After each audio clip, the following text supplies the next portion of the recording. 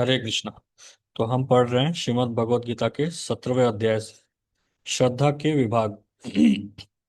तो हमने पिछले क्लासेस में देखा था कि एक व्यक्ति की जो श्रद्धा होती है, भगवान बोलते हैं, वो उसके गुणों के ऊपर डिपेंड करता है। वो किस गुण में है, वो सत्व गुण में है या रजोगुण में है या तमोगुण में है। किस गुण में है उसके ऊपर डिपेंड करेगा कि उसकी श्रद्धा किस प्रकार की होगी। तो सबसे पहला भगवान बोलते हैं कि भोजन जो होता है, भोजन भी ये तीन गुणों के ऊपर ही डिपेंड करते हैं। भोजन जो होता है वो सत्वगुणी भोजन होता है, रजोगुणी भोजन होता है और तमोगुणी भोजन होता है। जैसा कि हम जानते हैं, हमें वासुदेव स्थिति पर जाना है। भगवान की जो वासुदेव स्थिति है या शुद्ध सत्व की स्थिति है, वहां तक पहुंचना है।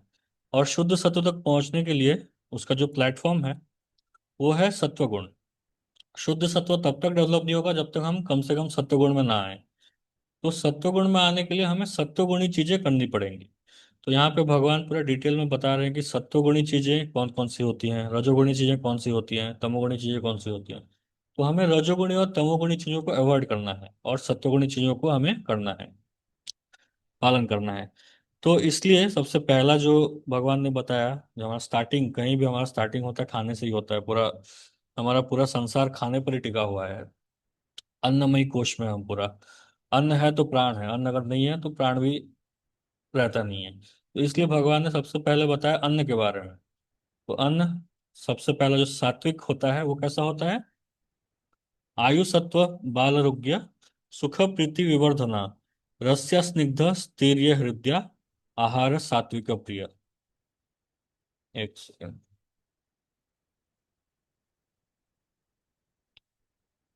इसमें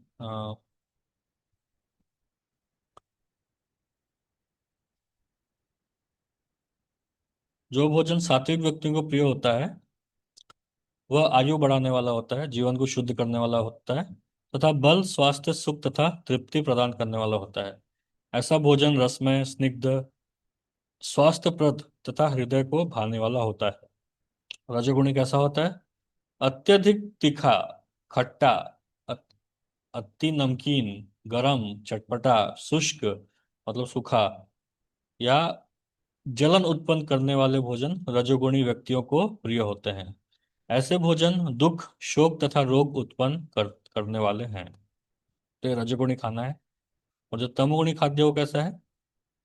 खाने से 3 घंटे पूर्व पकाया गया स्वादहीन वियोजित एवं सड़ा जूठा तथा अस्पृश्य वस्तुओं से युक्त भोजन उन लोगों को प्रिय होता है जो तामसी होते हैं। तो प्रभुपाद जी यहाँ बोलते हैं, इसका तात्पर्य हम अगर पढ़ेंगे पूरा देखेंगे तो वहाँ प्रभुपाद जी बोलते हैं कि सत्वगुणी खाद्य जैसे चावल होता है, गेहूं होता है, या फिर दूध के आइटम होते हैं, ये सब सत्वगुणी खाना होता है। तरकारी होते हैं, ये सब सत्वगुणी खाना होते हैं। लेकिन तमोगुणी खाद्य कैसा? जो बहुत पुराना, बहुत सड़ गया है, बहुत फर्मेंटेड हो गया है, इस तरह के खाद्यों को हमें अवॉइड करना चाहिए।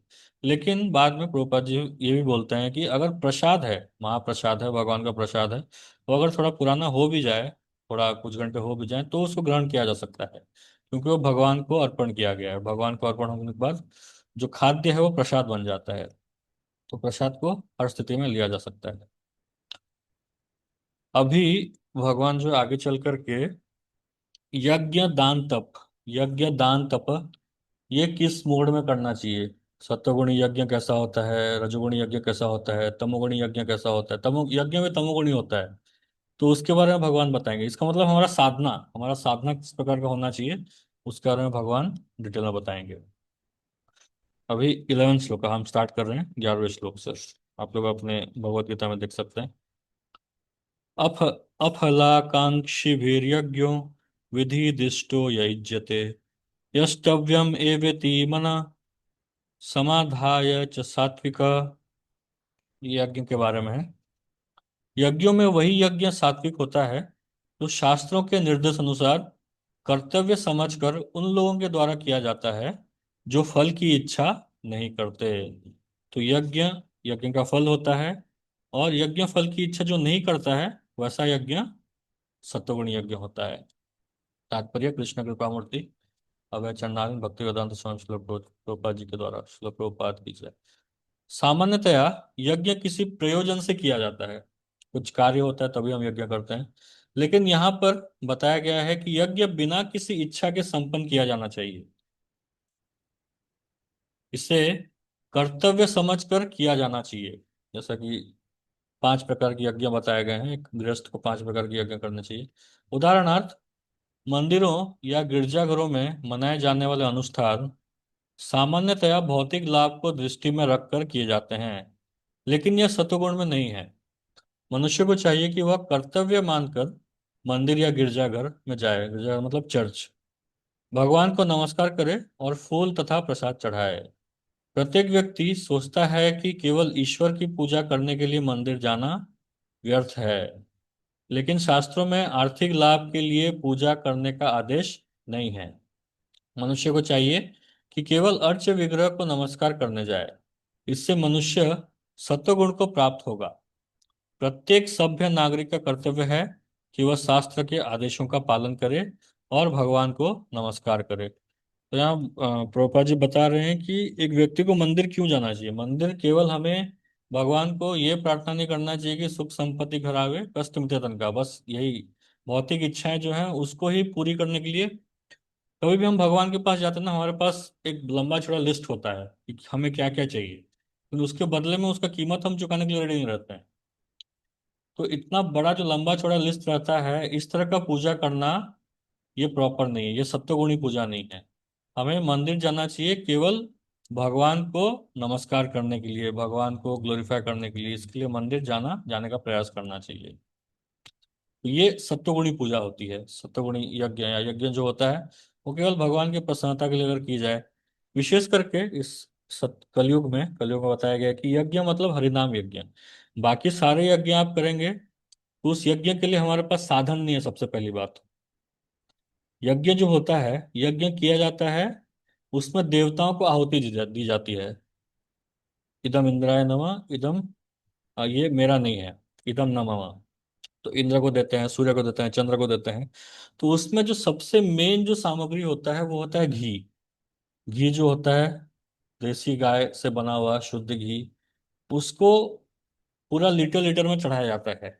आज के टाइम में उतना अगर घी हम लोग वेस्ट करें, मतलब उतना अगर घी हम डालेंगे यज्ञ में, तो सब बोलेंगे कितना वेस्ट कर रहे हैं लोग। तो इसलिए इतना घी हम लोग, एक तो पहली बात उतना प्रोडक्शन ही नहीं कर सकते हैं। प्रोडक्शन हो भी गया तो उतना खर्चा भी नहीं कर सकते, हम उतना हम खरीद नहीं पाएंगे। खरीदने के बाद भी उसको अग्नि में डाल देने की इच्छा नहीं होगी।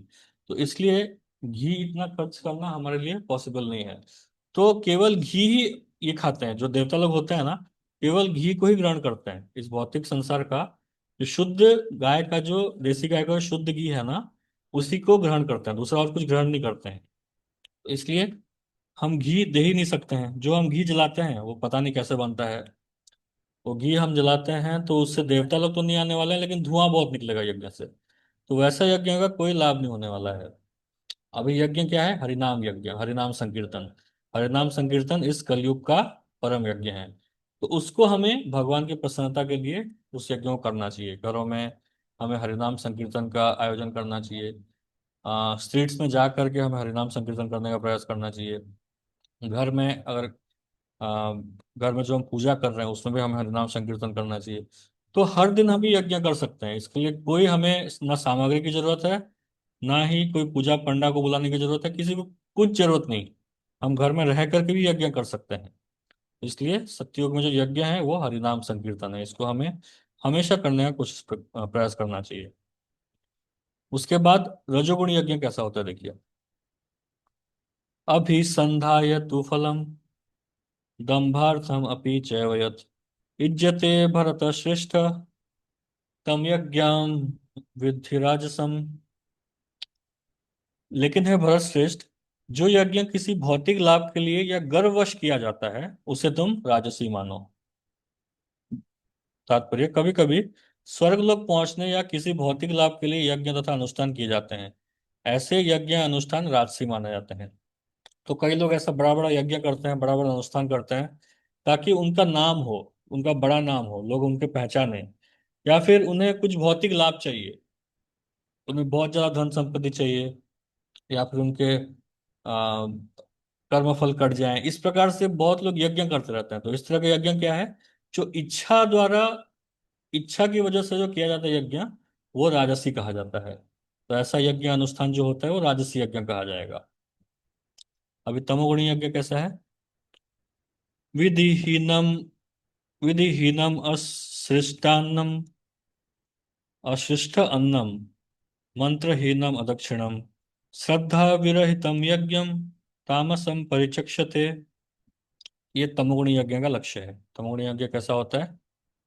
जो यज्ञ शास्त्र के निर्देशों की अवहेलना करके, प्रसाद वितरण किए बिना, वैदिक मंत्रों का उच्चारण किए बिना, पुरोहितों को दक्षिणा दिए बिना तथा श्रद्धा के बिना संपन्न किया जाता है, वह तामसी माना जाता है। कई बार ऐसा होता है कि कुछ लोग ऐसे यज्ञ मतलब जबरदस्ती यज्ञ करते हैं, उनको कोई इंटरेस्ट नहीं है, बस सोसाइटी को दिखाने के लिए कि लोग लग जाए इसलिए यज्ञ करना है।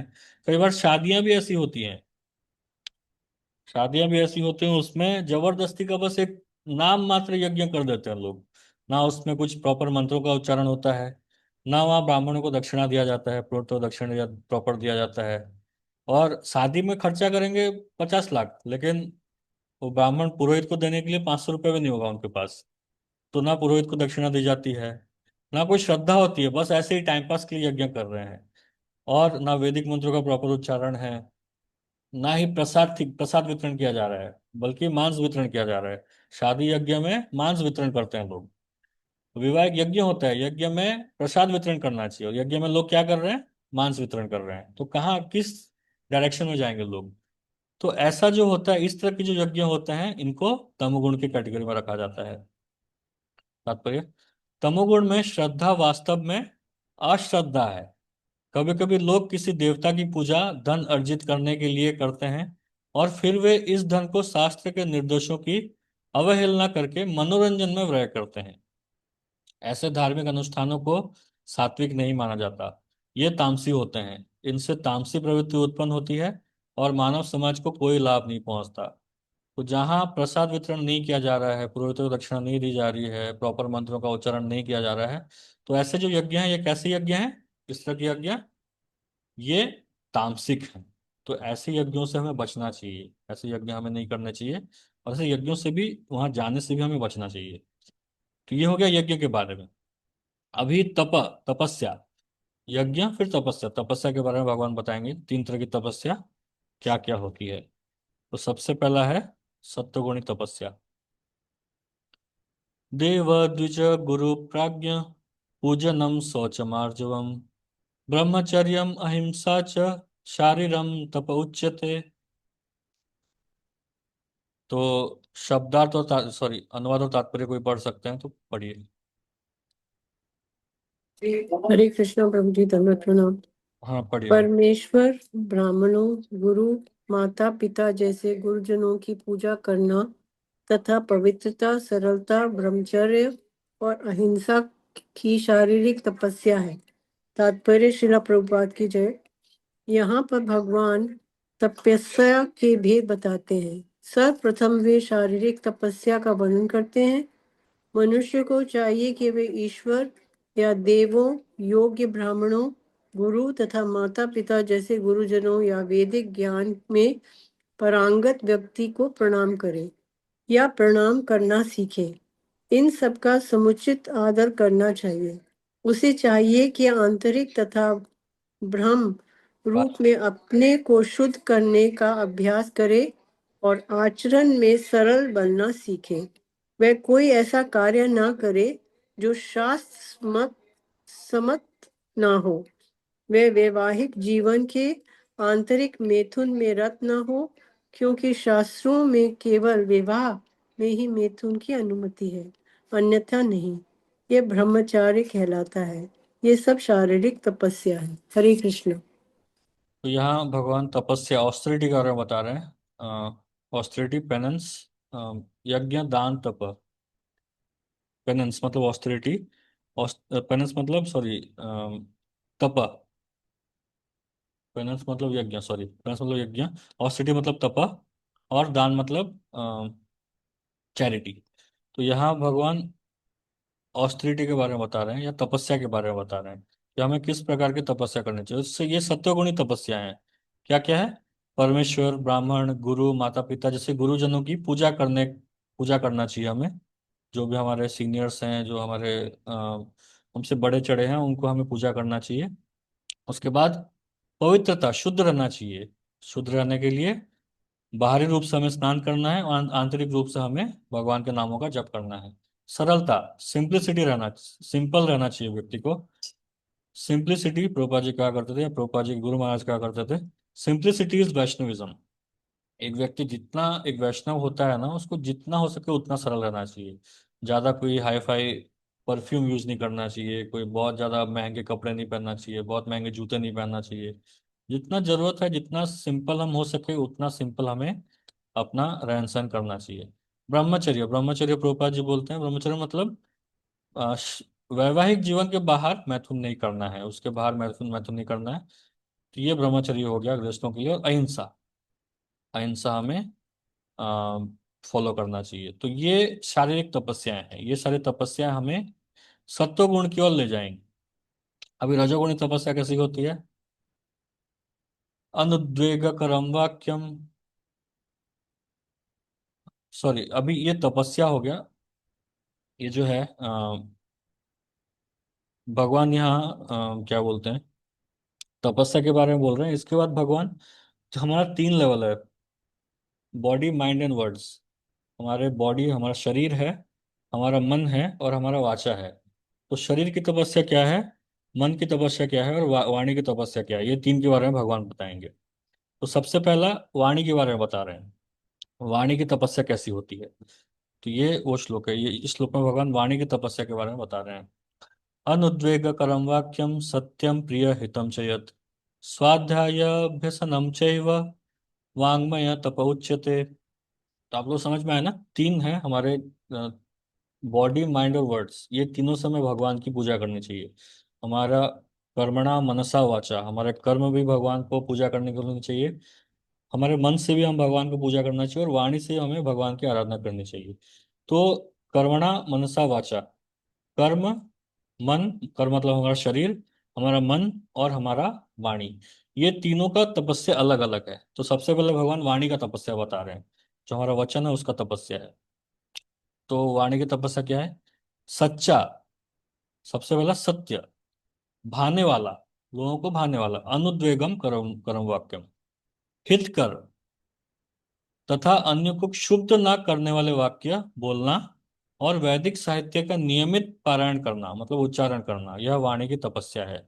तो हमें उसी प्रकार के वाक्य बोलने चाहिए जो सत्य हो, लेकिन साथ ही साथ, सत्य मतलब कटु सत्य नहीं, सामने वाले को भाने वाला, मतलब हमें इस प्रकार से बोलना चाहिए कि सामने वाला सत्य जान भी ले और सत्य को एक्सेप्ट भी कर सके।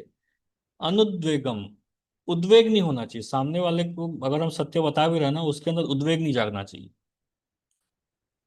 तो ये वाणी की तपस्या है। हमें वाणी इस प्रकार से बोलनी है कि हमें सामने वाले को हर्ट भी नहीं करना, हमें सच भी बोलना है और सामने वाले को हर्ट भी नहीं करना है। तो सत्यम प्रिय हितम, हमारा जो वाक्य होना चाहिए, प्रिय, प्रिय होना चाहिए और हितम, हित करना चाहिए सामने वाले का। तो ये हो गया। और साथ ही साथ हमें वैदिक साहित्यों का नियमित पारायण करना चाहिए, यही वाणी की तपस्या है। तात्पर्य कोई पढ़ेंगे?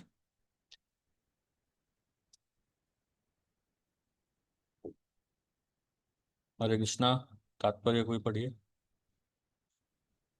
हरे कृष्णा। हाँ, पढ़िए पढ़िए। मनुष्य को ऐसा नहीं बोलना चाहिए कि दूसरों के मन क्षुब्ध हो जाएं। निस्संदेह जब शिक्षक बोले तो वो अपने विद्यार्थियों को उपदेश देने के लिए सत्य बोल सकता है, लेकिन उसी शिक्षक को चाहिए यदि वह उनसे बोले जो विद्यार्थी नहीं है तो उनके मन को क्षुब्ध करने वाला सत्य न बोले। यही वाणी की तपस्या है। इसके अतिरिक्त प्रलाप, व्यर्थ की बात नहीं करना चाहिए। आध्यात्मिक क्षेत्र में बोलने की विधि यह है कि जो भी कहा जाए वह शास्त्र सम्मत हो। उसे तुरंत ही अपने कथन की पुष्टि के लिए शास्त्रों का प्रमाण देना चाहिए। इसके साथ साथ वह सुनने में अति प्रिय लगनी चाहिए। ऐसी विवेचना से मनुष्य को सर्वोच्च लाभ और मानव समाज का उत्थान हो सकता है। वैदिक साहित्य का विपुल भंडार है और इसका अध्ययन किया जाना चाहिए। यही वाणी की तपस्या कही जाती है। हरे कृष्ण। हम्म। तो सत्य बोलना है, सामने वाले को हमें सत्य बोलना भी है, लेकिन सामने वाले को कष्ट नहीं पहुंचना चाहिए। तो इस संदर्भ में एक बार श्रीला प्रभुपाद जी के पास एक रिपोर्टर आई थी, एक लेडी रिपोर्टर, यूएस में। और उसने बहुत छोटा स्कर्ट पहना था, छोटा स्कर्ट पहन के प्रभुपाद जी के पास बैठी थी। तो उसने मतलब इस तरह वार्तालाप चल रहे थे कि क्यों ये नहीं करना चाहिए, कपड़े कपड़े छोटे नहीं पहनना चाहिए, इसके ऊपर कुछ वार्तालाप चल रहा था। तो प्रभुपाद ने इसमें यह आ गया, एक बात आ गया कि why do you shave your head, आप अपने बाल क्यों मुंडवाते हो। तो अ, प्रभुपाद जी ने एकदम व्यंग्यात्मक तरीके से बोला, जिस प्रकार आपने पैरों को ठंडा रखते हैं छोटे छोटे कपड़े पहन करके, उसी प्रकार हम अपने बालों को, सिर को भी ठंडा रखते हैं बाल हटा करके। तो उस तरह से एक तरह से प्रभुपाद जी ने एक व्यंग्यात्मक तरीके से एक सत्य बोल दिया कि किस प्रकार इस तरह के कपड़े नहीं पहनने चाहिए। तो इस तरह जो भी सत्य होता है वो सत्य हमें बोलना चाहिए, लेकिन हमें एक प्रॉपर मर्यादा में रह करके, प्रॉपर उसको सामने वाले को भा जिस प्रकार से भाए, ऐसा नहीं कि मैं अगर कुछ हो जाता है ना, तो हमें कैसा, हमारे मन में कैसा आता है कि मैं उसको बोल करके ही रहूंगा। कुछ अगर हमारे बारे में कोई कुछ बोल देता है ना, तो मैं मौका मिलने पर बदला ले करके रहूंगा, उसको मैं बोल करके ही रहूंगा, उसका मैं मन दुखा करके ही रहूंगा, हमारे मन में ऐसा रहता है। तो ये सत्वगुणी लक्षण नहीं है, ये रजोगुणी लक्षण है।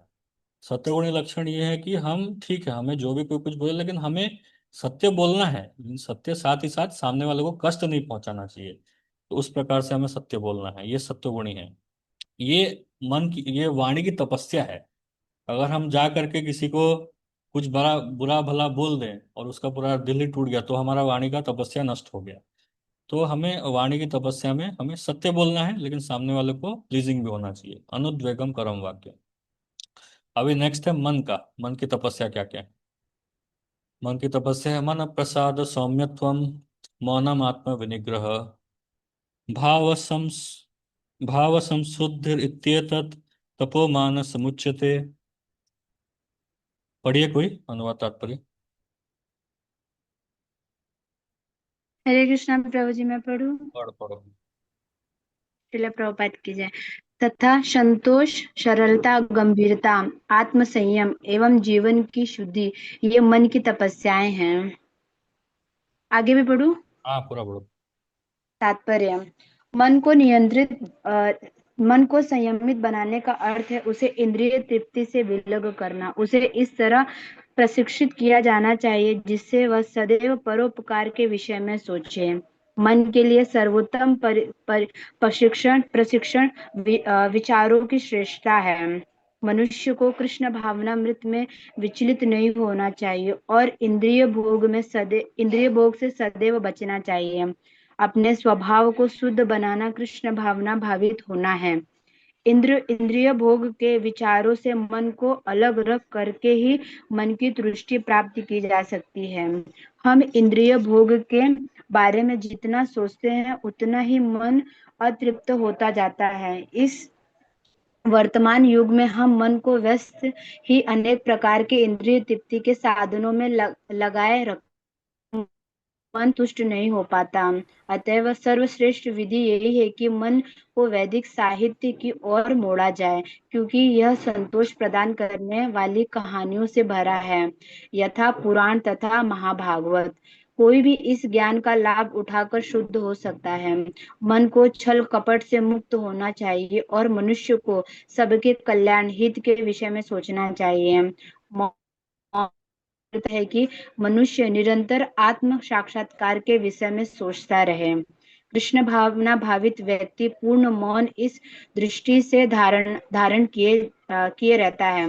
मन निग्रह का अर्थ है मन को इंद्रिय भोग से पृथक करना। मनुष्य को अपने व्यवहार में निष्कपट होना चाहिए और इस तरह उसे अपने जीवन भाव को शुद्ध बनाना चाहिए। ये सब गुण मन की तपस्या के अंतर्गत आते हैं।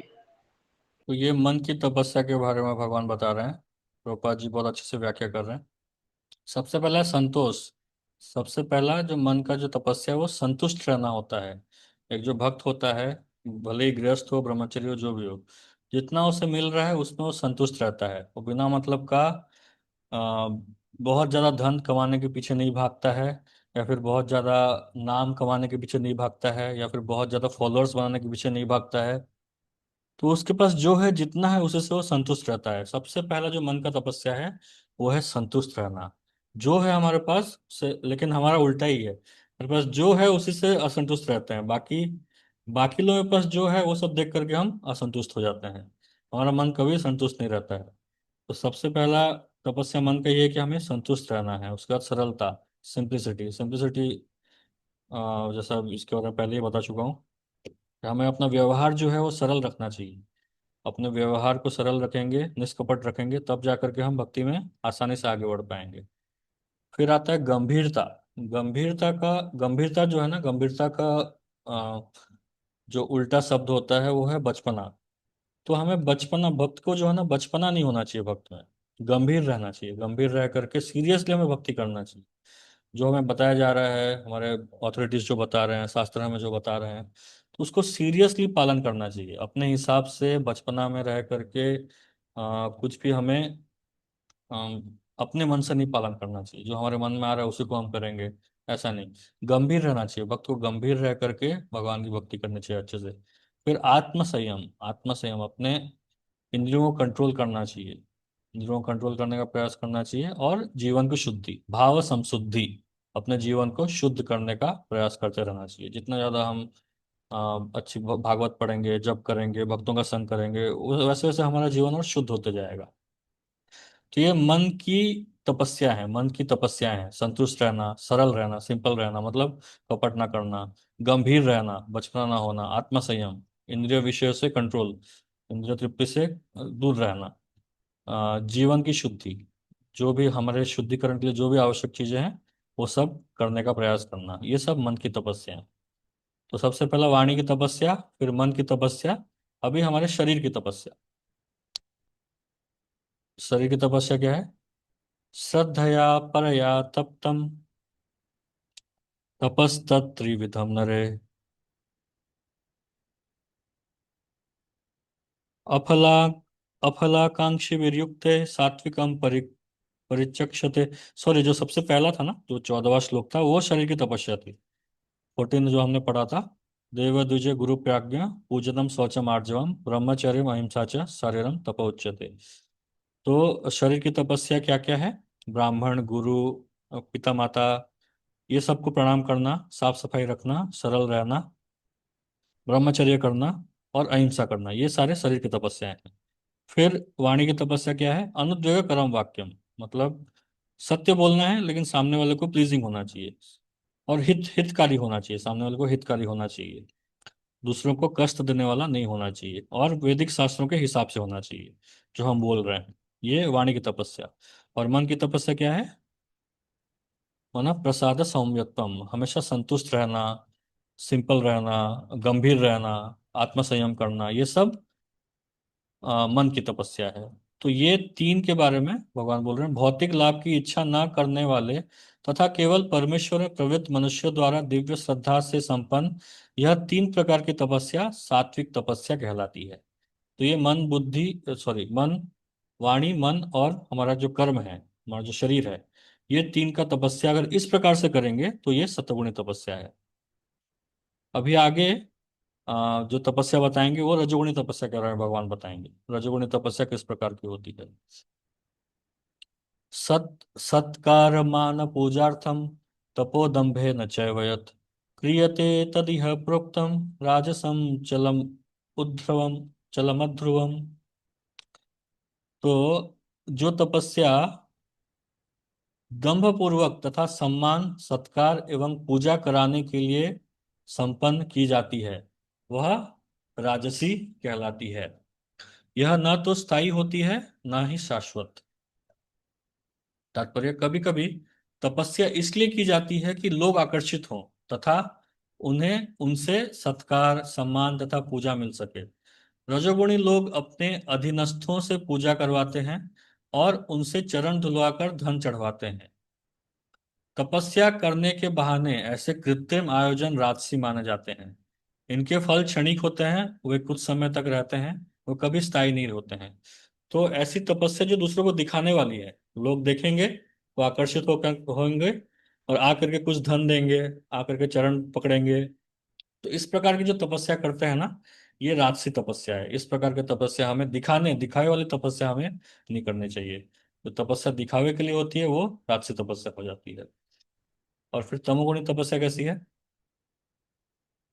मूढ़ ग्राहेनात्मनो मूढ़ ग्राहेत्मनो यत् पीड़या क्रियते तप परस्योत्सादनार्थम वा तत्तामसम उदाहृतम।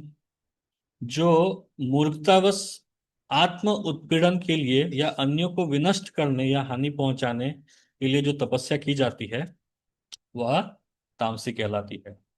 तात्पर्य, मूर्खतापूर्ण तपस्या के ऐसे अनेक दृष्टांत हैं। जैसे कि हिरण्यकशिपु जैसे असुरों ने अमर बनने तथा देवताओं का वध करने के लिए कठिन तप किए। उसने ब्रह्मा से ऐसी ही वस्तुएं मांगी थी, लेकिन अंत में वह भगवान द्वारा मारा गया। किसी असंभव वस्तु के लिए तपस्या करना निश्चय ही तामसी तपस्या है। देख रहे हैं, किसी असंभव वस्तु के लिए तपस्या करना निश्चय ही तामसी तपस्या है।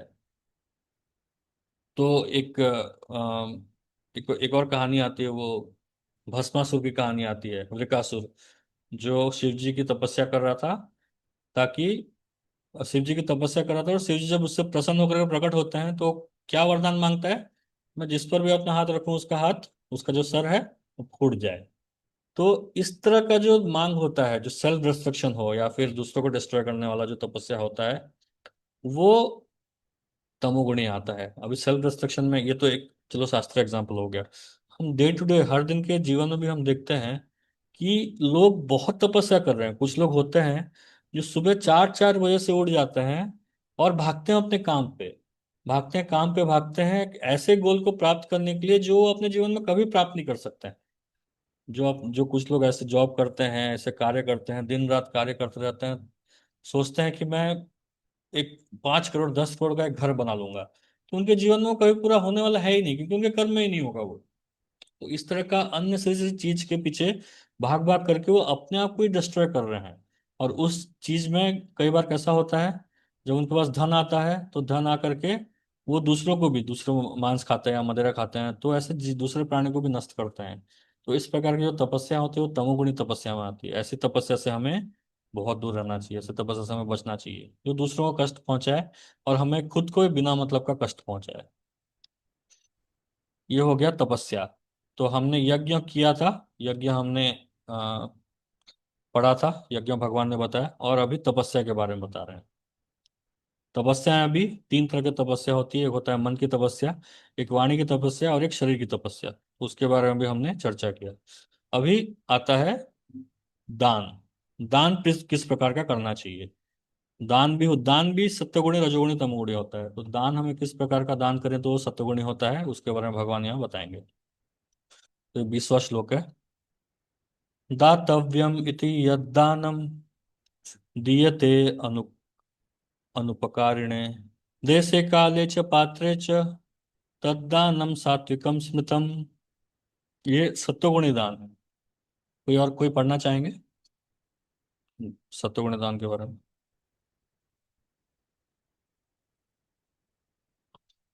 हरे कृष्णा। हरे कृष्ण गुरु जी। मैं पढ़ गुरु जी। हाँ, पुष्कर प्रभु पढ़ो। हाँ ठीक है गुरु जी। जो दान करते हुए समझकर किसी प्रत्युपकार की आशा के बिना समुचित काल तथा स्थान में और योग्य व्यक्ति को दिया जाता है, वह सात्विक माना जाता है। तात्पर्य, वैदिक साहित्य में ऐसे व्यक्ति को दान देने की संस्तुति है जो आध्यात्मिक कार्यों में लगा हो। अविचार पूर्ण ढंग से दान देने की संस्तुति नहीं है। आध्यात्मिक सिद्धि को सदैव ध्यान में रखा जाता है। अतएव किसी तीर्थ स्थान में सूर्य या चंद्र ग्रहण के समय, मासांत में या योग्य ब्राह्मण तथा अथवा वैष्णव भक्त को या मंदिर में दान देने की संस्कृति है। बदले में किसी प्रकार की प्राप्ति की अभिलाषा न रखते हुए ऐसे दान किए जाने चाहिए। कभी कभी निर्धन को दान करुणावश दिया जाता है, लेकिन यदि निर्धन दान देने योग्य पात्र नहीं होता तो उससे आध्यात्मिक प्रगति नहीं होती। दूसरे शब्दों में, वैदिक साहित्य में अविचारपूर्ण दान की संस्तुति नहीं है। तो ये जो दान है, ये सत्वगुणी दान के बारे में बताया रहा है कि हमें जो दान है ना, बिना सोचे समझे नहीं करना चाहिए। कोई अपात्र व्यक्ति को हम दान कर देंगे तो हमारी भक्ति में कोई उन्नति नहीं होने वाली है। तो इसलिए जो सत्वगुणी दान होता है वो कर्तव्य समझकर कि हाँ, भगवान ने मुझे इतना कुछ दिया है, भगवान की वजह से ही मैं इतना समृद्धशाली हूँ, मुझे इतना सब मिल रहा है, तो इसलिए मेरा कर्तव्य बनता है कि मैं अपने सैलरी का या जो मुझे धन मिल रहा है, बिजनेस से जो धन मिल रहा है, उस धन का कुछ हिस्सा मैं भगवान को या भक्तों को, भगवान के भक्तों को मैं दान करूँ, कर्तव्य समझकर, किसी प्रति उपकार की आशा के बिना। मतलब मैं दान करूंगा तो मुझे कुछ मिलेगा वापस। जैसे होता है ना, कुछ लोग मंदिरों में विशेष करके कई बार ऐसा होता है, हम प्रसाद स्पॉन्सर करेंगे तो हमें वापस भी प्रसाद मिलना चाहिए। तो इस तरह का भाव नहीं होना चाहिए। हम महाप्रसाद स्पॉन्सर करेंगे तो हमें वापस महाप्रसाद मिलना चाहिए। तो ये इस तरह का दान सत्वगुणी दान नहीं होता है, किसी प्रत्युपकार की आशा के बिना। मतलब मैंने दान कर दिया तो मुझे और उसके बदले में कुछ नहीं चाहिए। समुचित काल तथा स्थान में, प्रॉपर टाइमिंग होना चाहिए। जैसे प्रभुपाद जी बोल रहे हैं कि पूर्णिमा के समय या भक्तों के लिए विशेष करके द्वादशी के टाइम में दान कर सकते हैं, या एकादशी में दान कर सकते हैं, एकादशी द्वादशी, या कोई ऐसा कोई पर्व पर्व आता है, जन्माष्टमी, राधाष्टमी। तो इस तरह के जो पर्व आते हैं उसमें भक्त लोग दान कर सकते हैं, मंदिर में दान कर सकते हैं। तो काल, काल मतलब समय, और स्थान, स्थान कहाँ, मंदिर में दान करना सबसे अच्छा होता है। कहीं भी जाकर के दान कर देंगे वो सत्वगुण दान में नहीं आएगा। और योग्य व्यक्ति को दिया जाता है। योग्य व्यक्ति मतलब जो व्यक्ति प्रचार कार्य में लगा हुआ है, जो भगवान के प्रचार कार्य में लगा हुआ है, उसी व्यक्ति को दान देना चाहिए। और किसी को भी दान देंगे तो आपका जो ये है, मतलब आपकी भक्ति आगे नहीं बढ़ेगी, उस दान से आपकी भक्ति आगे बढ़ने वाले है नहीं। गृहस्थों के लिए शुद्ध होने का सबसे आसान तरीका है, वो जो धन अर्जन कर रहे हैं उसको दान दें। और दान किसको दें, इस प्रकार का दान दिया जाए, जो सत्वगुण दान है इस प्रकार का दान दिया जाए। अगर किस प्रकार का दान नहीं करना चाहिए वो आगे के श्लोकों में आएगा। 21वां श्लोक, यत्तु प्रति उपकारार्थम फलम उद्देश्य वा पुनः दीयते च परिकृष्टम तद्दानम राजसं स्मृतम। तो मैं पढ़ता हूँ, किंतु जो दान प्रति उपकार की भावना से या कर्म फल की इच्छा से या अनिच्छा पूर्वक किया जाता है वह रजोगुणी कहलाता है। तात्पर्य, दान कभी स्वर्ग जाने के लिए दिया जाता है, तो कभी अत्यंत कष्ट से, तथा कभी इस पश्चाताप से के साथ कि मैंने इतना व्यय इस तरह क्यों किया। कभी कभी अपने वरिष्ठ जनों के दबाव में आकर भी दान दिया जाता है। ऐसे दान रजोगुण में दिए गए माने जाते हैं। ऐसे अनेक दातव्य न्यास है जो उन संस्थाओं को दान देते हैं जहां इंद्रिय भोग का बाजार गर्म रहता है। वैदिक शास्त्र ऐसे दान की संस्तुति नहीं करते, केवल सात्विक दान की संस्तुति की गई है। तो ऐसे बहुत सारे कई ऐसे संस्था है जहाँ इंद्रिय भोग का बाजार गर्म रहता है, प्रभुपाद जी बोल रहे हैं, तो वहां पे इंद्रिय भोग को बहुत प्रोत्साहन दिया जाता है। बहुत सारे ऐसे संस्थाएं हैं, वहां जाकर के दान कर देंगे ना तो दान का कोई मतलब ही नहीं है, वो रजोगुणी दान हो जाएगा। किस प्रकार का दान नहीं करना चाहिए, जो दान प्रति उपकार की भावना से, मतलब मैं अगर दान दूंगा या दूंगी तो मेरा नाम होना चाहिए, मेरा नाम अनाउंस होना चाहिए, लोगों को पता चलना चाहिए कि मैंने दान दिया है। नहीं, एक्चुअली दान ऐसा दिया जाता है कि हमने अगर दाएं हाथ से दान किया है तो बाएं हाथ को भी नहीं पता चलना चाहिए, दूसरों को क्या, बाएं अपने खुद के बाएं हाथ को भी नहीं पता चलना चाहिए।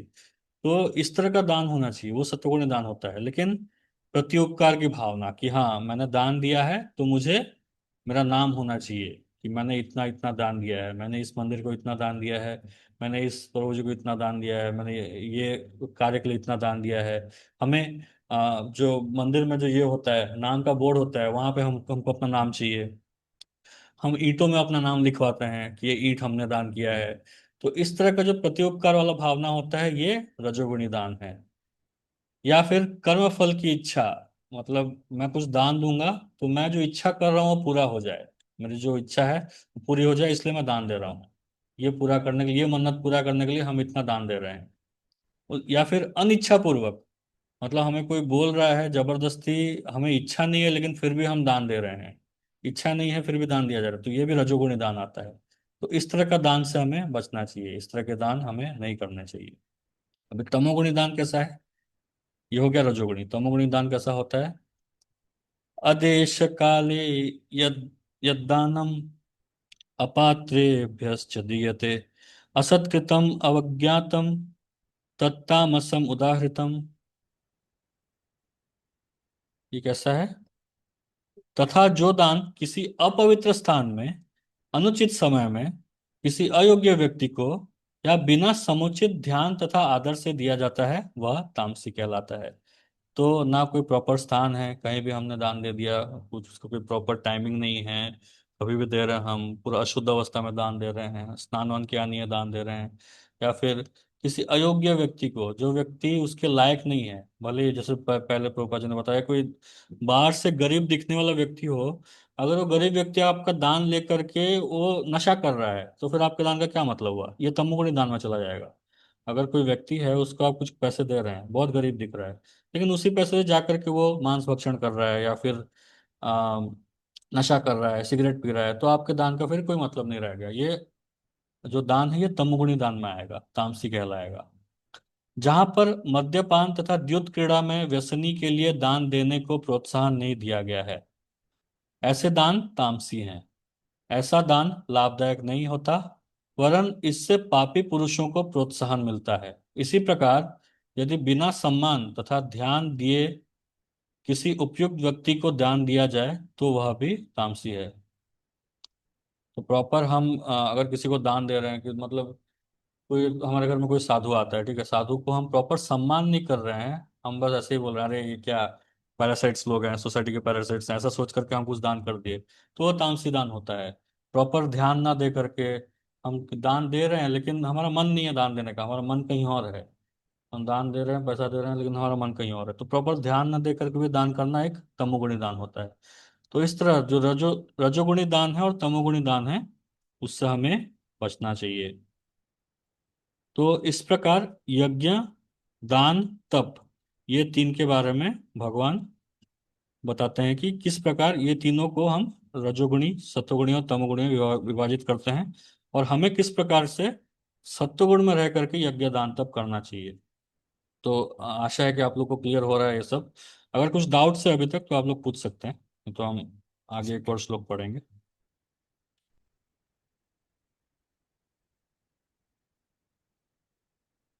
कोई प्रश्न किसी का?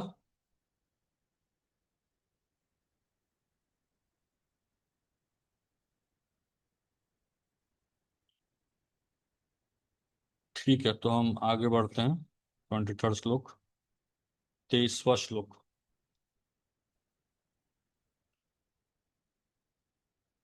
ओम तत्सद इति निर्देशो ब्रह्मण ब्रह्मणस्त्रिविध स्मृत ब्राह्मणस्तेन वेदश्च यज्ञाश्च विहिता पुरा। भगवान अभी आगे बोल रहे हैं, सृष्टि के आदिकाल से ओम तत्सत, ये तीन शब्द परम ब्रह्म को सूचित करने के लिए प्रयुक्त किए जाते रहे हैं। ये तीनों सांकेतिक अभिव्यक्तियां ब्राह्मणों द्वारा वैदिक मंत्रों का उच्चारण करते समय तथा ब्रह्म को संतुष्ट करने के लिए यज्ञों के समय प्रयुक्त होता है। तो यज्ञों के समय इन तीन शब्दों का प्रयोग करना चाहिए, ओम तत्सत। तो तात्पर्य कोई पढ़ेंगे? अच्युत प्रभु पढ़ो।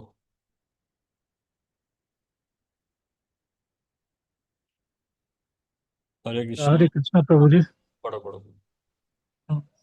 यहाँ बताया जा चुका है कि तपस्या, यज्ञ, दान तथा भोजन के तीन तीन भेद हैं, सात्विक, रजस तथा तमस। लेकिन चाहे ये उत्तम हो, मध्यम हो या निम्न हो, ये सभी भद्य तथा भौतिक गुणों से कली कलुषित है। किंतु जब ये ब्रह्मा ओम तत्सत को लक्ष्य रख के किए जाते हैं तो आध्यात्मिक जाते हैं। शास्त्रों में ऐसे लक्ष्य का संकेत हुआ है। ओम तत्सत, ये तीन शब्द विशेष रूप में परम सत्य भगवान के सूचक हैं। वैदिक मंत्रों में ओम शब्द सदैव रहता है। जो व्यक्ति शास्त्रों के शास्त्रों के विधानों के अनुसार कर्म नहीं करता, उसे परब्रह्म की प्राप्ति नहीं होती। भले ही उसे क्षणिक फल प्राप्त हो जाए, लेकिन उसे चर, चरम चरम गति प्राप्त नहीं हो पाती। तात्पर्य यह है कि दान, यज्ञ तथा तप को सतोगुण में रहकर करना चाहिए। रजो या तमोगुण में संपन्न करके करने पर ये निश्चित रूप से निमित्त कोटि के होते हैं। ओम तत्सत शब्दों का उच्चारण परमेश्वर के पवित्र नाम के साथ किया जाता है। उदाहरण उदाहरणार्थ ओम तत्विष्णु। जब भी किसी वैदिक मंत्र का या परमेश्वर का नाम लिया जाता है, तो उसके साथ ओम जोड़ दिया जाता है। यह वैदिक साहित्य का सूचक है। ये तीन शब्द वैदिक मंत्रों के लिए जाते हैं। ओम ओम इत्या ब्रह्मणो नितिष्ठान नाम ऋग्वेद प्रथम लक्ष्य का सूचक है। फिर तत्वमसि तमसी। छांदोग्य उपनिषद दूसरे लक्ष्य का सूचक है, तथा सत एव सौम्य छांदोग्य उपनिषद तृतीय लक्ष्य का सूचक है। ये तीनों मिलाकर ओम तत्सत हो जाते हैं। आदिकाल में जब प्रथम जीवात्मा ब्रह्मा ने यज्ञ किए, तो ये तो उन्होंने ये तीनों शब्द के द्वारा भगवान को लक्षित किया था। अतएव गुरु परंपरा द्वारा उसी सिद्धांत का पालन किया जाता है। अतः इस मंत्र का अत्यधिक महत्व है। अतएव भगवद गीता के अनुसार कोई भी कार्य ओम तत्सत के लिए अर्थात भगवान अर्थात अर्थात भगवान के लिए किया जाना चाहिए। जब कोई इन तीनों शब्दों के द्वारा तप, दान तथा यज्ञ संपन्न करता है, तो वह कृष्ण भावनामृत में कार्य करता है। कृष्ण भावनामृत दिव्य कार्यों का वैज्ञानिक कार्यान्वयन है, जिससे मनुष्य भगवत धाम वापस जा सके। ऐसी दिव्य विधि से कर्म करने में शक्ति का लक्ष्य नहीं होता। तो यहाँ ये श्लोक अचानक से क्यों आया? तो ये श्लोक इसलिए आया क्योंकि भगवान बोल रहे हैं कि हम जो भी कर रहे हैं ना, वो हमें सत्वगुणी चीजें करनी चाहिए। और सत्वगुणी चीजें करने से क्या होगा? ओम तत्सत को हम प्रसन्न करेंगे। ओम तत्सत मतलब भगवान को ये कर रहा है, भगवान को सिम्बलाइज कर रहे हैं। तो हम जो भी कार्य कर रहे हैं ना, हमें भगवान की प्रसन्नता के लिए, भगवान की संतुष्टि के लिए करना चाहिए। ऐसा नहीं कि हम अपने हिसाब से या शास्त्र के विधि के बिना, या फिर बस अपने मन को संतुष्ट करने के लिए हम कार्य कर रहे हैं। तो हम जो भी कर रहे हैं, यज्ञ, दान, तपस्या हो गया, भोजन भी हो गया ना, तो ओम तत्सत मतलब भगवान को याद कर करके हमें ये कार्य करने चाहिए। इसलिए प्रभुपाद जी ने हमारा जो सोसाइटी का नाम दिया है, वो क्या है? International society for Krishna consciousness. मतलब हमारे अपनी चेतना को हमें भगवान कृष्ण में लगाना है। और जो भी कार्य करें, आप देखिए प्रभुपाद जी ने जो हमें सिस्टम दिया हुआ है, उस सिस्टम हमें क्या करना है? उस सिस्टम में क्या होता क्या है? वो हम अपनी चेतना को भगवान में धीरे धीरे करके लगा रहे हैं। तो हम अपने कॉन्शियसनेस को कृष्ण कॉन्शियस बना रहे हैं, अपनी चेतना को हम कृष्ण भावनावाहित बना रहे हैं। सुबह उठते हैं, सुबह उठते ही हम अपने गुरु को याद करते हैं कि गुरु की वजह से हमें ये दूसरा जीवन दान मिला है, हमें भगवान के बारे में, अपने अपने बारे में जानने का मौका मिला है। तो हम गुरु को याद करते हैं। उसके बाद स्नान करके हम तुरंत मंगल आरती करते हैं। मंगल आरती में क्या, हम भगवान गुरु की प्रसन्नता के लिए या गुरु को गुणगान करते हुए हम भगवान का आरती करते हैं। उसके बाद मंगल आरती हो गया, तो उसके बाद हम बैठ करके जप करते हैं।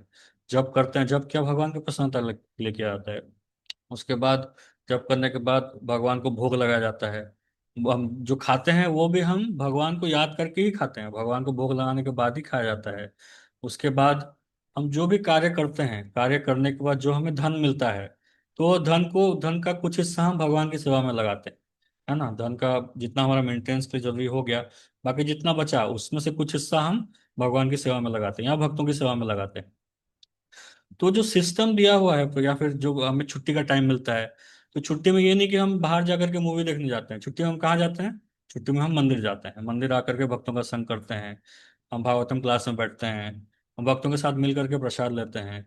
तो इस प्रकार से धीरे धीरे क्या हो रहा है, हमारे जो भी कार्यकलाप हैं वो सब भगवान में धीरे धीरे धीरे करके लगता जा रहा है, और हमारा जो चेतना है वो धीरे धीरे धीरे कृष्ण भावना भावित होता जा रहा है। तो इसलिए भगवान भी यहाँ क्लियरली बोल रहे हैं कि जो भी हम कर रहे हैं ये ओम तत्सत, मतलब भगवान को याद करके ही करना चाहिए।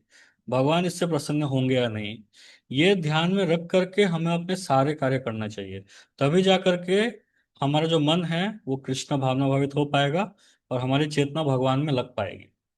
नहीं तो अगर हम भगवान को याद, कुछ भी कार्य करते समय हम केवल अपने स्वार्थ के बारे में सोचते रहेंगे, तो हमारा मन कभी भी कृष्ण भावना भावित नहीं हो सकता।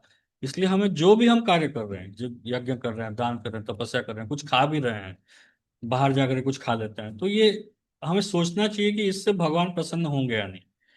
तो ऐसा जब जहां जहां हम सोच रहे हैं ना, इससे भगवान हमसे बहुत प्रसन्न हो जाता है। कहीं भी हम सोचते हैं कि भगवान चलो मेरे बारे में सोच रहा है, ये देख करके भगवान को बहुत प्रसन्नता मिलती है। तो धीरे धीरे हमारी चेतना इस प्रकार से कृष्ण भावना भावित होते जाती है।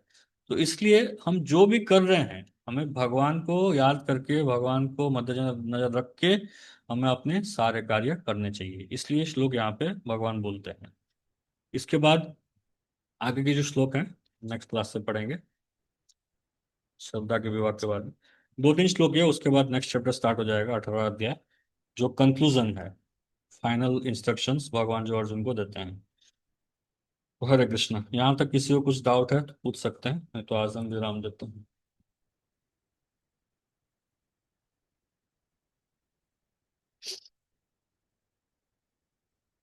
हरे कृष्ण प्रभु जी।